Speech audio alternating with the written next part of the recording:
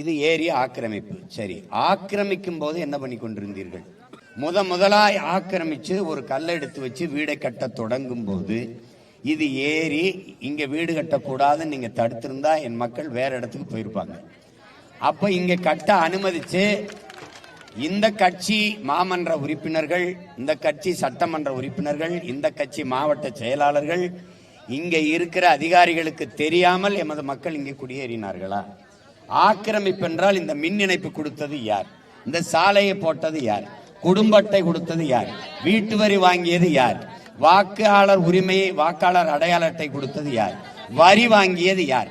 இவ்வளவும் 40 ஆண்டுகளா வாங்கிய ஒரு அரசு நீதிமன்றத்தில் போய் வழக்கை போட்டு, நீதிமன்ற உத்தரவு, சட்டம் சொல்லிருச்சு, நீதிமன்றம் சொல்லிருச்சு, கோர்ட்டு சொல்லிருச்சு என்கிற இந்த முறையில தான் பல வீடுகளை இடித்து வெளியேற்றிருக்கிறாங்க.